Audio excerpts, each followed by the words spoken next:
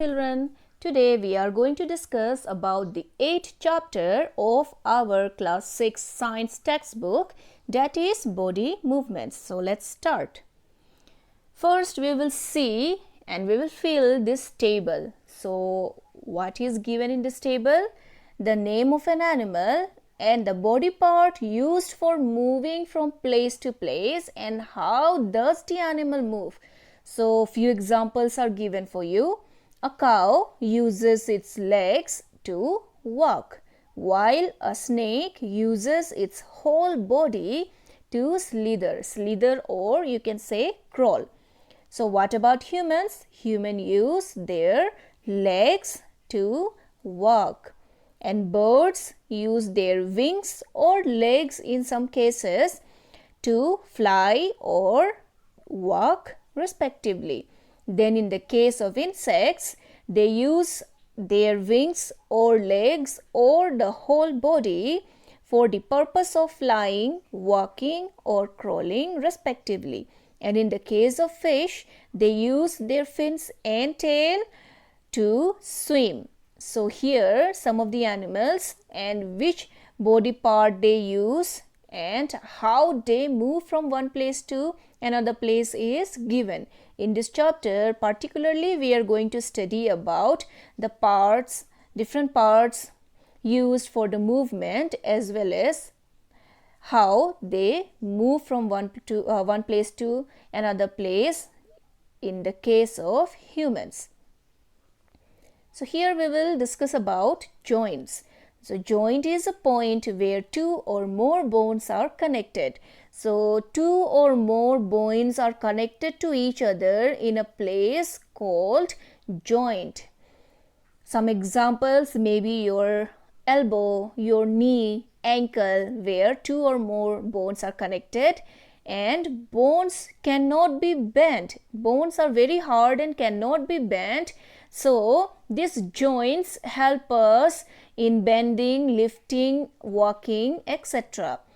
There are actually different types of joints present in our body which enable us to carry different movements and activities.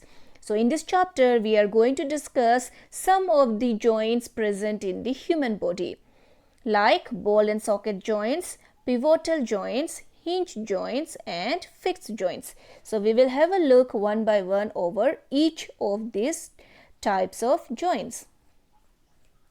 First, let's glance upon ball and socket joints. By the name itself, you can grasp that there will be a round ball-like structure on the one end of a bone, while another bone will be like a socket with a cavity or a hollow inside. So in this ball and socket joints, this ball is fitted into this cavity or socket of another bone, and such type of joints give you access to move in many directions. Ball and socket joints can be seen in the hip part. In this part, your hip bone, this is ball and socket joint, and your shoulder bone in this part. So let's understand with the help of this diagram. This is a ball and a socket joint. It gives you movement in forward direction, sideways, or a whole round also. So you can move in almost every direction in the places of ball and socket joint. Next is pivotal joints. Pivot or pivotal or rotary joint only allows rotary movement around a single axis. In a pivotal joint, a cylindrical bone rotates in a ring. Example is the neck and joint between radius and ulna.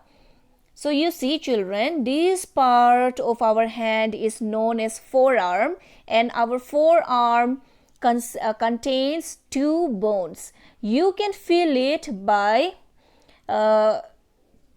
try to touch one of your hand with the help of other, and if you press a little, you will find that it consists two bones. These bones are known as radius and ulna. So this ulnar bone doesn't rotate, but this ulnar bone have a ring around this radius in this part. So this radius bone can move in this direction. Here you can see it can move in this direction. If you move your hand like this, then around this ring your radius bone will move. So here can you see a long bone is moving or rotating in a circle. So this type of joints are called pivotal joint, and you will find pivotal joints in your neck, where around your shoulder bone the neck bones will rotate, and your joint between radius and ulna. Here you can see this is your shoulder bone, and in this shoulder bone this neck bones will rotate in this direction. You can easily understand with the help of this small video. Imagine that this is your neck and the shoulder bone, where your neck bone can easily rotate around the ring. So this type of joints are known as pivotal joint, where a long bone moves around or rotates in a ring. Next is hinge joints. Hinge joints doesn't give you much flexibility. You can only move your bones or your body part in a forward and backward direction. Hinge joints allow bones to move in one direction back and forth. That means either you can close it, then open it. So closing your hand, for example, or your knee, folding your knee or elbow is known as extension. Then opening up or strengthening it is known as flexion. So these are the names of the movements, and in the elbow, knee, finger joints, toe joints and ankles you will find hinge joints. So let's understand with the help of few clips. So a hinge joint will give you access to movement in only front and backward, but not sideways. Here you can see another video.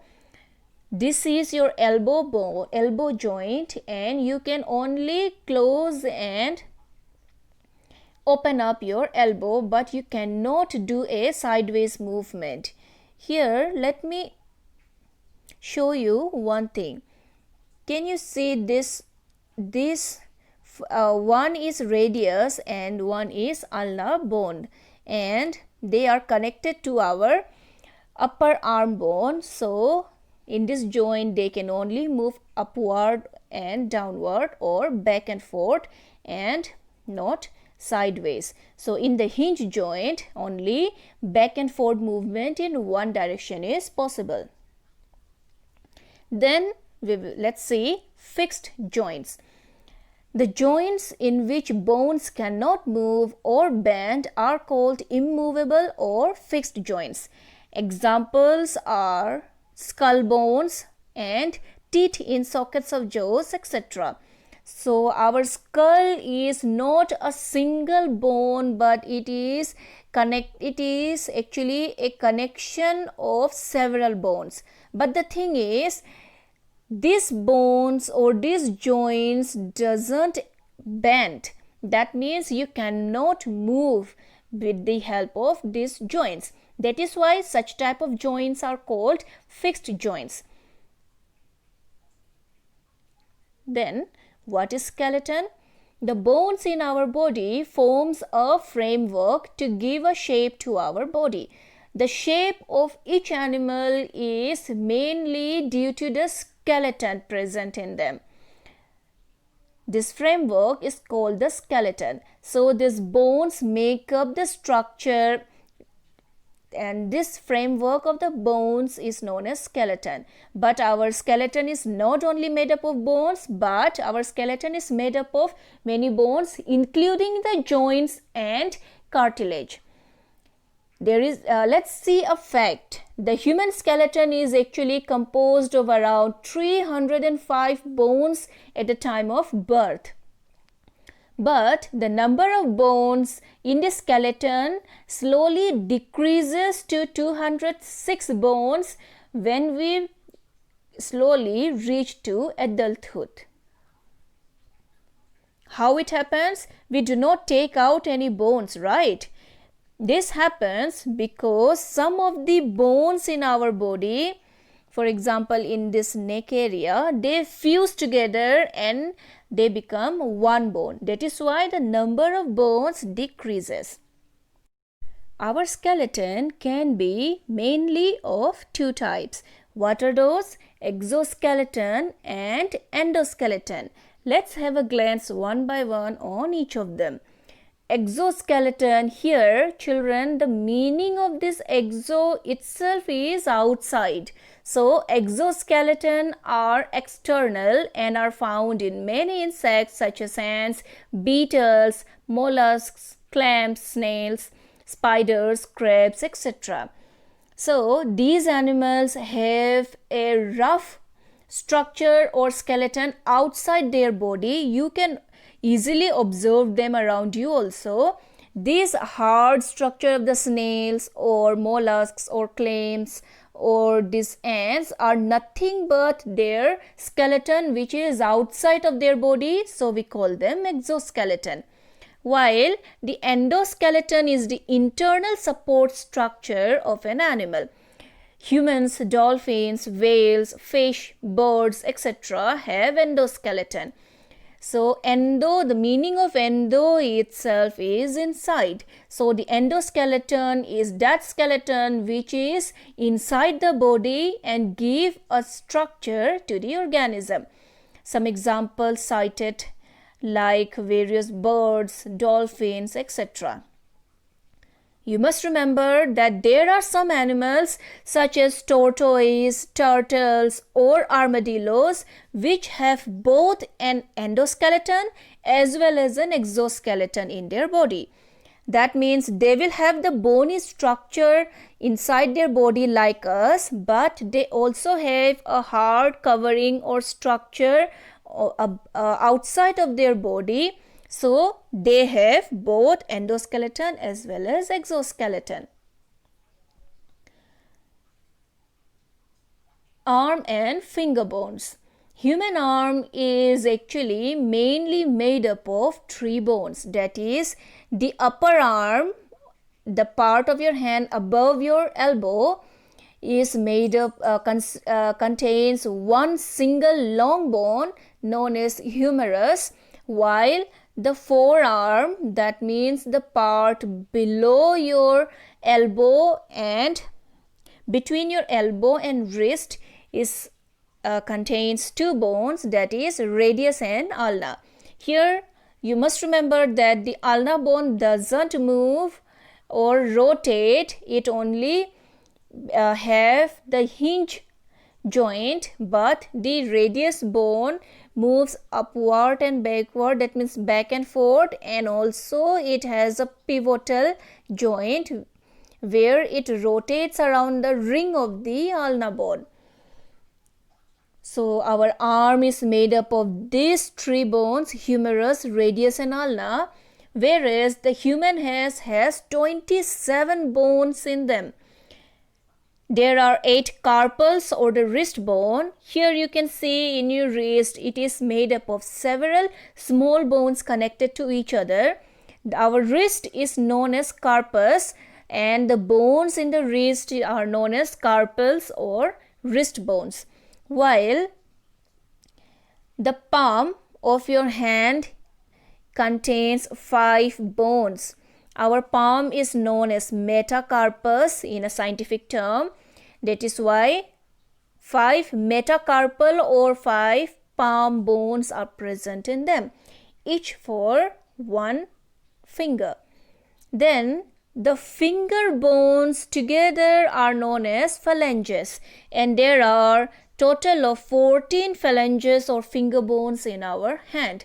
So you should remember our arm consists of 3 bones, humerus, radius and ulna, and the human hand, one human hand consists of 27 bones, where there are 8 bones in the wrist, 5 bones in the palm and 14 bones in all the 5 fingers. Next is our rib cage. Our ribs are a set of 12 bones. Set of 12 bones meaning 12 pairs of bones are there, which form a protective cage of the thorax or chest. That means, can you see, doesn't it look like a cage? So our chest or the thorax is protected inside this rib cage like bones. The rib cage protects our heart and lungs, and one of the main purpose of rib cage is that it aids the process of respiration. So there are mainly 3 functions of this rib cage. One is it protects our heart, second is it protects our lungs, and the third and one of the most important is it helps in the process of respiration.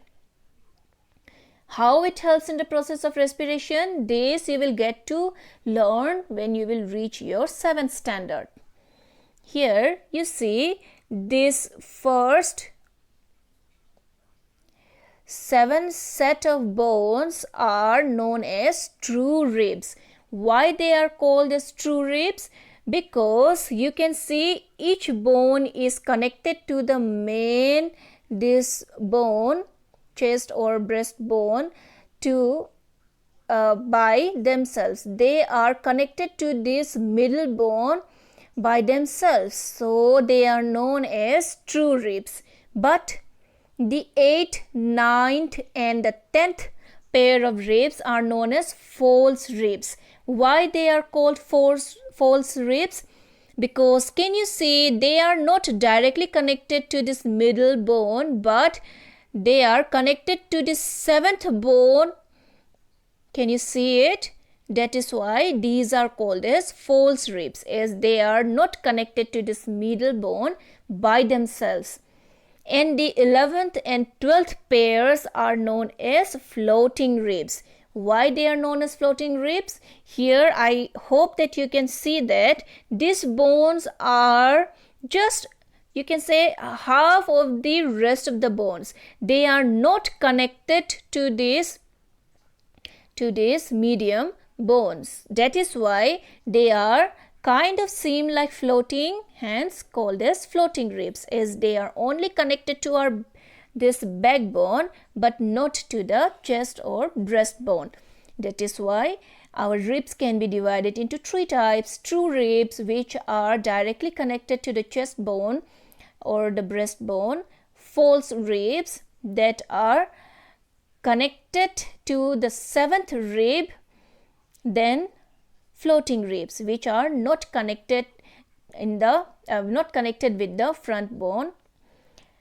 Can you see this blue part of this ribs? These are known as cartilage. So bones are not directly connected to another bone.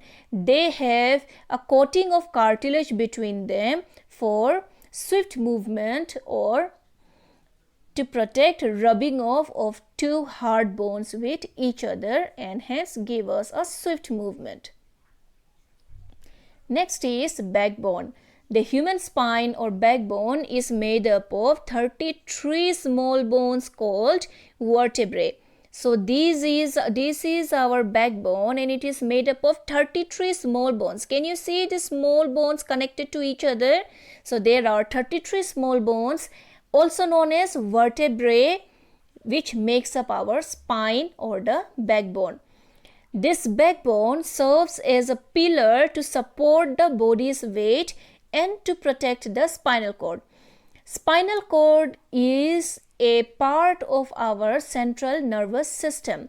This spinal cord connects our brain with all the nerves in our body. So spinal cord is one of the most vital part in our body, and if one gets hurt or injury in the spinal cord, may lead to his or her paralysis also. That is why it is very essential for us to protect the spinal cord, and the spinal cord is protected by this backbone or spine. The spine also allows us to move about freely and to bend with flexibility. You just imagine, children, if our backbone was made up of one single long bone, can we bend? Of course not. We have studied earlier that the bones cannot bend. So these small bones gives us easy access for bending and movement sideways also, and facilitate flexibility.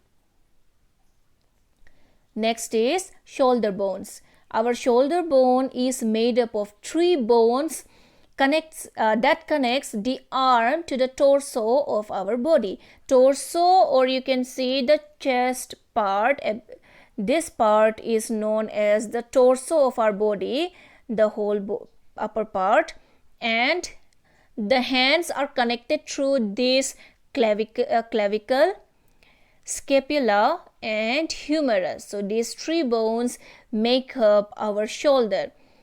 Remember, in our shoulder bone, which type of joint was present? It was ball and socket joint. So this is the round ball-like structure, and the scapula will give you the cavity where this shoulder bone is attached.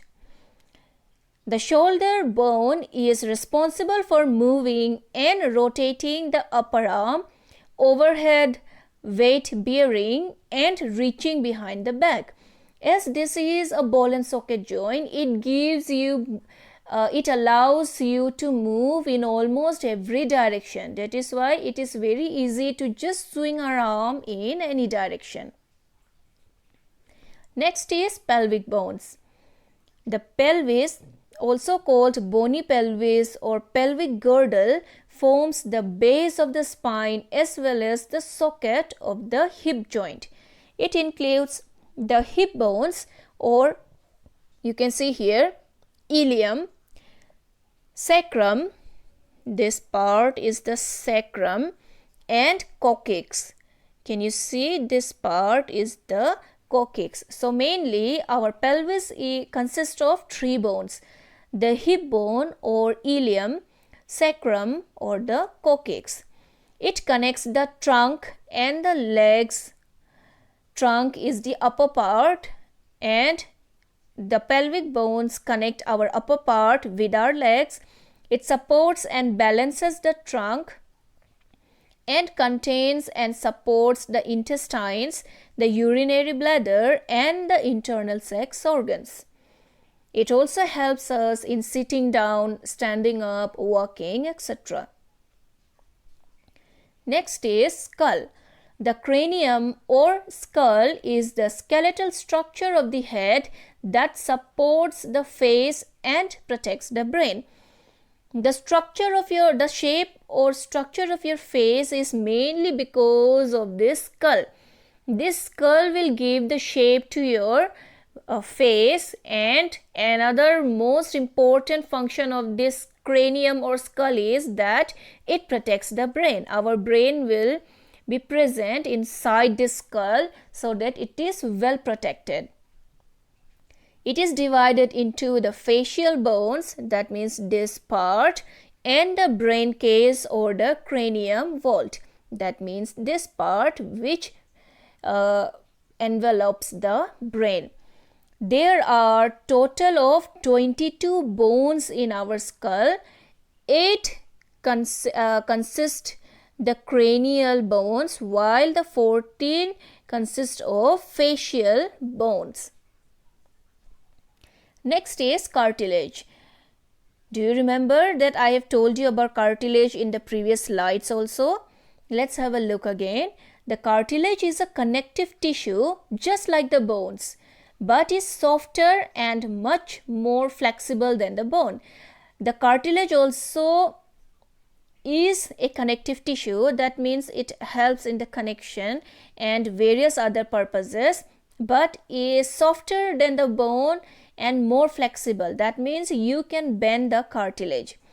In the earlier slides, I've told you that this cartilage is present between the in the part where two bones are connected to each other. So here, can you see this bluish part?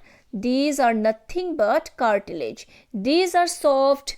That is why whenever we move our hands or legs in this joint, if this cartilage is present there, the movement is swifter.